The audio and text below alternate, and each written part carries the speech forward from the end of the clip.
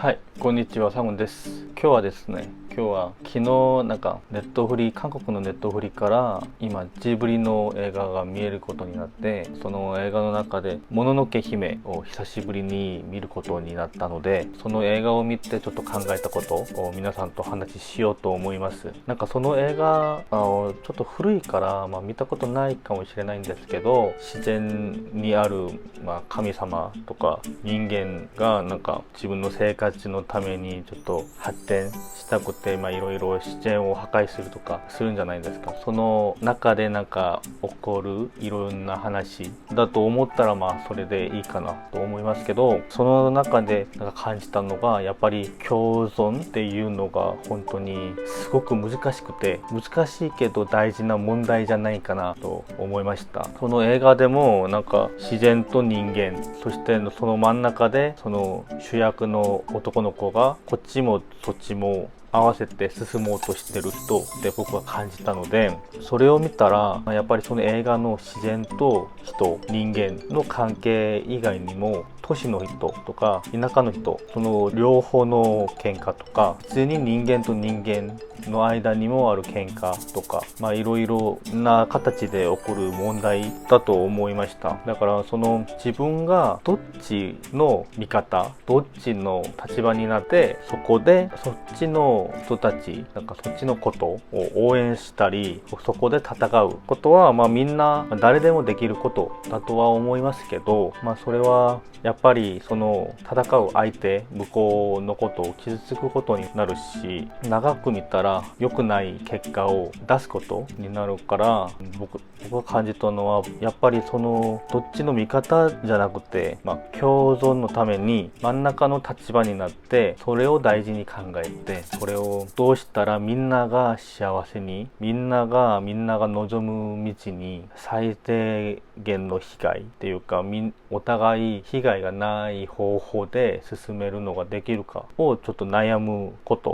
時間が大事だと、本当にそれを思いました。僕の場合も、僕の利益を考えて、相手に被害をされたこともあると思うし、逆に最近も僕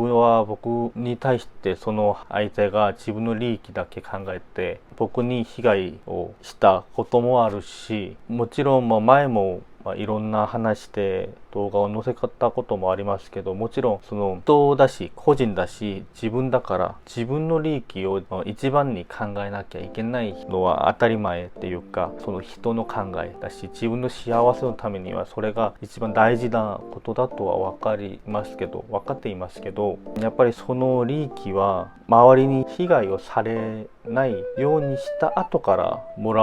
るのが大事じゃないかなとは思いました。やっぱり映画を見ても、僕はやっぱり自然を破壊するその子が悪いじゃなくて、両方の立場でも考えたら自然も守れなきゃいけないことだし、その都市、人の発展、人がうまく生きるためにはやっぱりその自然を少し破壊しなきゃいけないこともあるんじゃないですか。だからそのどっちを考えても、自然を絶対守るとしたら人間が前に進めない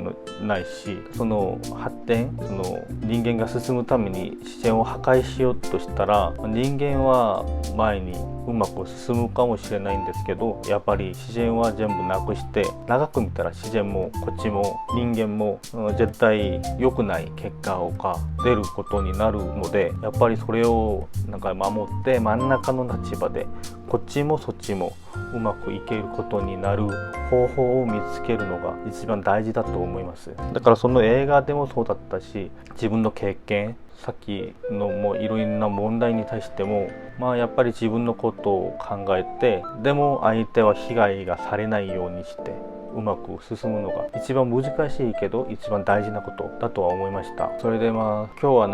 共存の単語が僕に気になって、そっち系の話をちらっと知ってみましたけど、皆さんどうでしたか？やっぱり難しいし、自分だけ考えて進んでもその広い世界でやっぱり共存っていうことは難しいし、考えなくても生きるのは生きれるかもしれないんですけど、やっぱりその映画とか僕の動画を見た皆さんは少しだけは考えてみてくださったら嬉しいなとは思います。なら次の動画でまた会いましょう。バイバイ。